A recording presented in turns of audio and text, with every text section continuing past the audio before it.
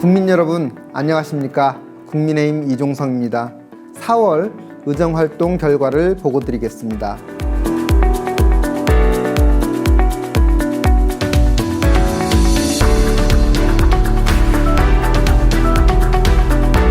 갈수록 짙어가는 푸른색의 산과들이 마스크만큼이나 답답한 일상에서 벗어나고픈 욕구를 불러일으키고 있습니다. 때로는 벌써 여름의 문턱에 와 있는 것이 아닌가 싶기도 합니다. 지난 4월은 전국 단위 선거보다 뜨거웠던 보궐선거를 치르고 저마다 그 결과 분석과 향후 진로를 모색하는 시간이었습니다. 또한 4월 20일 장애인의 날과 장애인 주간이 있어 우리 사회의 장애인에 대한 인식 제고와 문제를 돌아보는 기회가 되기도 했습니다. 여전히 코로나 백신 수급에 대한 정부의 미진한 대응이 국민들로부터 신뢰를 얻지 못하고 코로나 확진자는 4차 대유행이 염려되는 수준을 오가고 있습니다. 아무쪼록 모든 국민들께서 평온한 일상 속에서 계절의 변화를 만끽할 수 있도록 우리 정치권이 지속적인 노력을 다하겠습니다.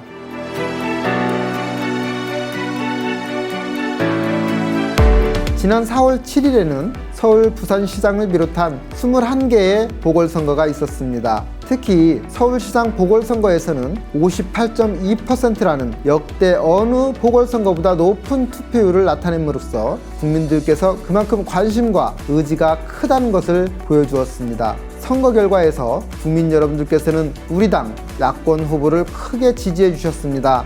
진심으로 감사의 말씀을 드립니다. 저 또한 선거 기간 동안 장애인계를 비롯하여 사회복지 현장에서 많은 단체들과 만나면서 그동안 왜곡되어 온 복지 현장의 기틀을 바로잡겠다고 약속하면서 우리 당의 지지를 호소하였습니다. 또한 이번 선거에서 서울 서대문구 지역을 맡아 주민들에 대한 길거리 아침 인사와 함께 유세차랑 마이크를 잡고 이번 선거가 왜 치러지게 됐는지와 이번 정부의 실정을 시민들께 알리기 위해 노력했습니다. 비례대표로 국회에 입성한 터라 선거운동에 익숙치 않았음에도 불구하고 지나가시는 시민들의 격려와 성원에서 많은 용기와 보람을 얻을 수 있었습니다. 결과적으로 이번 선거 과정과 그 결과는 여전히 우리 당에게 큰 과제와 무거운 책임을 안겨주었습니다. 이번 선거 결과에 대한 전반적인 평가는 정부 여당의 실정에 대한 민심의 무서운 심판이었다고 합니다. 실제로 문재인 대통령이 취임 일성으로 공정과 정의, 평등을 내세웠지만 조국 전 법무부 장관 사태를 기점으로 인국공 사태 등에서 대통령이 말한 공정과 정의에 역행하는 많은 사건들을 보며 국민들은 실망하기 시작했습니다. 여기에 추미애 전 법무부 장관을 내세워 사법권을 장악하려고 윤석열 검찰총장 찍어내기를 시도하는 등 온갖 행태를 보이며 코로나로 힘들어하는 민생은 유면한 채 사법체계를 어지럽힌 점과 정부 고위 공직자들의 폭행 사건 등으로 인한 도덕성 결함은 대통령의 국정 운영 능력을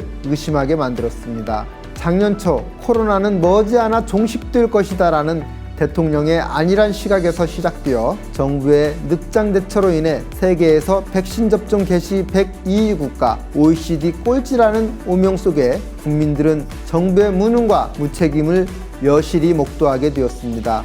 소득주도 성장이라는 근거 없는 논리로 최저임금 인상 등 무리한 정책을 추진한 결과 오히려 고용이 취약한 저숙련 근로자, 청년들의 정규직 일자리를 200만 개나 사라지게 만들어 미래 세대의 희망을 앗아가버린 경제 포기 정부는 이러한 실정을 감추기 위해 공공 분야의 단기 계약직 일명 쓰레기 일자리를 양산하여 국가의 재정으로 고용률을 떠받쳐왔습니다. 지난해 총선에서 180여 석을 얻어 오만과 독선에 빠진 여당은 절대다수의 의석으로 협치라는 의회 민주주의의 원칙을 무시하고 검증도 안 된 부동산 정책과 정권 보입으로 전락한 공수처법 개정 등을 밀어붙이는 다수당의 횡포로 사용했습니다. 급기야 LH 사태로 온 나라를 부동산 투기의 소용돌이로 내몰아 국민들의 분노를 자아내었고 임대차 3법 등 주요 정부 정책을 주도했던 청와대 고위 관료들의 부도덕한 행태는 더 이상 이 정부에 기대할 게 아무것도 없다는 것을 깨닫게 해주었습니다.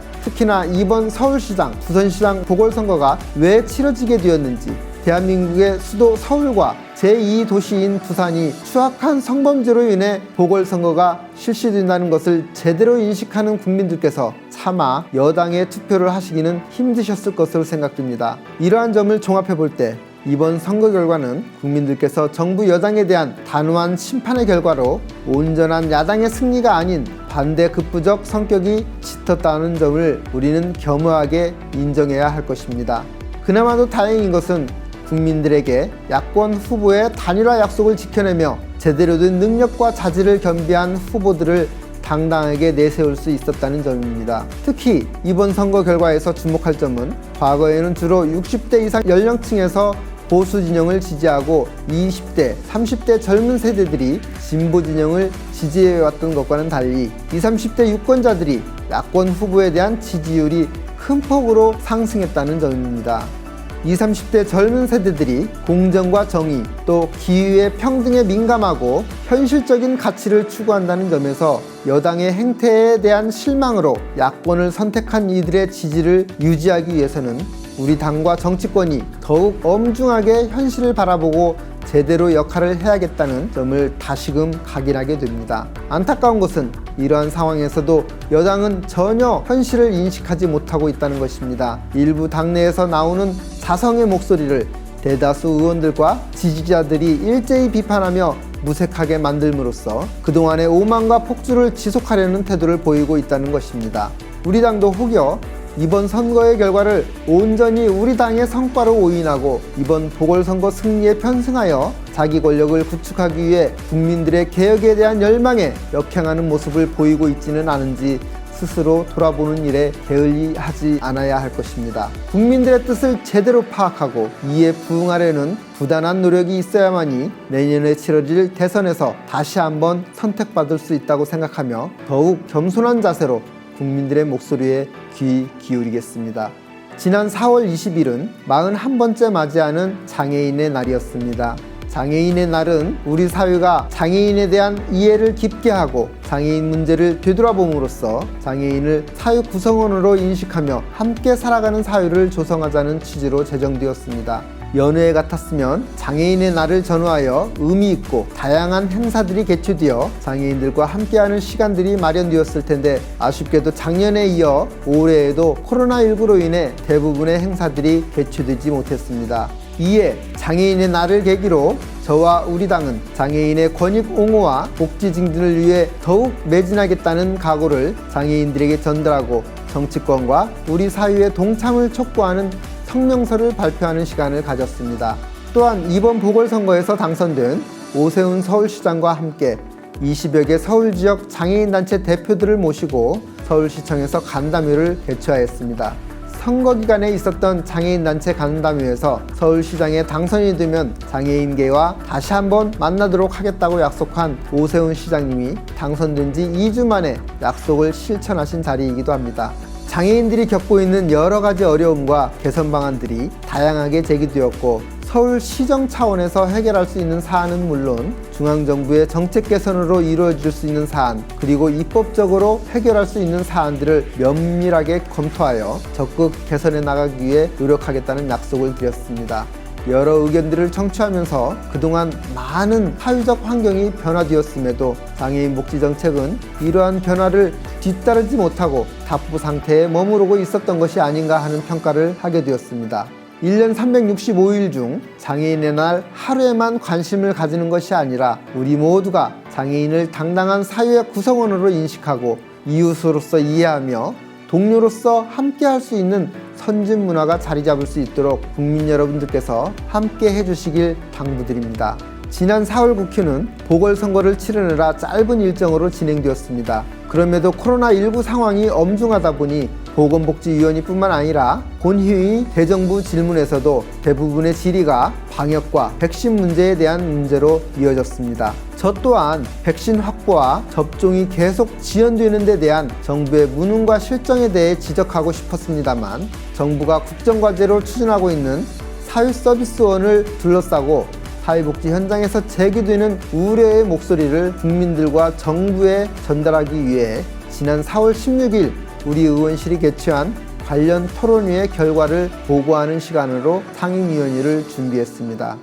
우리나라 사회복지 전달체계의 기틀을 개편한다는 점에서 코로나 백신이나 방역 못지않게 중요한 사안임에도 정부 여당은 대통령의 국정과제라는 이유로 뻔히 예상되는 부작용을 도외시하고 상반기 중에 관련법을 처리하겠다는 방침을 갖고 있습니다. 정부가 그동안 64차례의 간담회를 통해 사회복지 현장의 의견을 충분히 수렴하고 시행하는 것이라고 했습니다만 결국 정부 방침에 동조하는 일부의 목소리만 선택적으로 들어왔고 종사자의 실질적인 처우 개선이나 서비스의 질 개선 효과도 없이 국민들의 소중한 예산만 낭비한 채 측근 인사들의 자리 만들기에 급급했다는 문제들을 현장의 목소리를 통해 확인하였습니다. 이에 장애인계를 비롯하여 노인, 아동, 보육 등 사회복지 전반에서 정부의 일방적인 정책 시행에 분노하는 목소리를 생생하게 전달했습니다.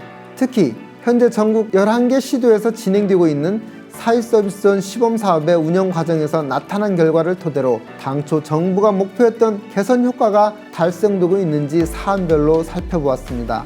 서비스 질도 전혀 담보되지 않는다는 것이 지금 확인이 됐고요. 이에 대해서도 해결 방안이 전혀 내놓지 못하고 있습니다. 코로나 같은 재난 상황에서 돌봄 서비스 하신다는 분들이 재택근무를 하고 있어요. 자, 월급제에도 불구하고 근무 시간 대부분을 하는 일 없이 이렇게 재택근무하고 있는 사람들, 과연 이게 올바른 처우 개선인지. 서비스원을 찬성하시는 교수님도 정치적인 중립은 불가능하다라고 이렇게 말씀을 하시는데, 이 서울시 보셨죠? 이렇게 복지 현장에서 이제 공백이 발생하는 이런 여러 가지 문제 상황에 대해서 유면하고 법안 통과만 오로지 목표로 해서는 안 될 것이라고 보는데요. 그동안 방만해지고 사회 변화에 뒤처진 사회 서비스의 개선을 위한 노력은 분명히 필요하다는 데에 저 역시 동의하고 있습니다. 그러나 문제의 원인을 정확하게 진단하고 이용자, 또 제공자, 종사자들이 함께 참여하여 근본적이고 종합적인 개선 방안이 마련되어야 합니다. 제가 제기한 여러 문제점들을 좀 같이 논의를 하고 슬기로운 해결책들을 마련한 다음에 법안을 만들었으면 하는 바람인데요.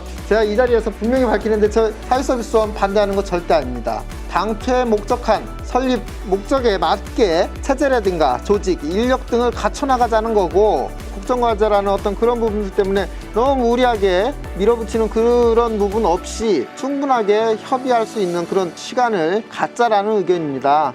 현재 정부가 추진하는 방식으로 모든 시도에 공공기관을 설립해서 별도의 예산을 쏟아부어가며 민간 복지 현장과 교류된 별도의 서비스 체계를 만들어 운영하겠다는 것은 어느 누가 보아도 합리적인 해결 방안이 아님을 알 수 있음에도 정부 여당의 안일한 행태에 실망과 분노를 자아내고 있는 것입니다.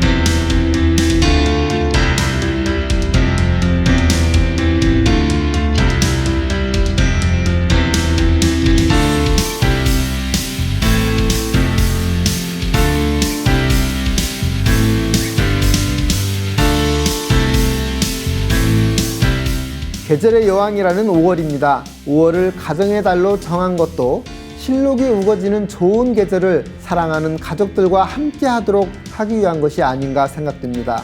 지금 세계의 여러 나라에서 백신 접종을 통해 일상으로 돌아갈 준비들을 하고 있다는 외신이 들려오고 있지만, 우리 대한민국은 정부의 무능과 무대책으로 인해 코로나 백신 접종 후진국이 되었고, 오히려 4차 대유행이 우려된다며 가족과의 외출이나 친지들과의 만남을 자제하라는 권고를 하고 있습니다. 정부가 이따금 백신을 확보했다고 발표하고 있지만 도대체 그 백신들이 구체적으로 언제 들어오는 것인지, 나는 언제나 백신을 맞을 수 있는 것인지 국민들의 의문을 풀어드리기에는 너무 부족하기만 합니다. 또한 그동안 겪게 될 국민들의 불편과 경제적인 손실, 소상공인 자영업자들의 고통과 눈물을 과연 이 정부가 어떻게 감당할 수 있을지, 그런 책임감이라도 갖고 있는지 의문입니다. 그럼에도 모쪼록 용기와 희망을 잃지 마시고 가족들과 또한 주변 이웃에 대한 관심을 갖고 서로 격려하면서 우리 모두가 함께 이 위기를 슬기롭게 극복해 나갈 수 있기를 소망해 봅니다. 오는 5월 30일이면 저에게는 국회의원 2년차가 시작됩니다. 지난 1년을 되돌아보고 더욱 열일하는 2년차가 될 수 있도록 준비에 만전을 기하도록 하겠습니다. 국민 여러분, 항상 건강하시고 행복 가득한 5월 되시기를 기원합니다. 감사합니다.